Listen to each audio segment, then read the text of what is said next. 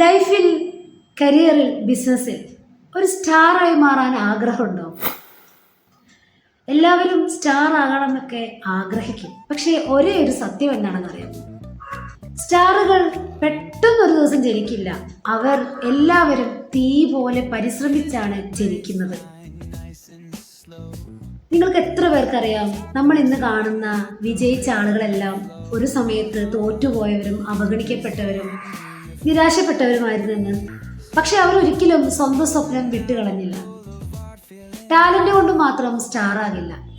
Luck മാത്രം നോക്കിയിരുന്നാൽ ഒന്നും സംഭവിക്കില്ല. കൺസിസ്റ്റൻസി, ഡിസിപ്ലിൻ, സെൽഫ് ബിലീഫ്, ഇതാണ് യഥാർത്ഥ സ്റ്റാറിന്റെ ഫോർമുല.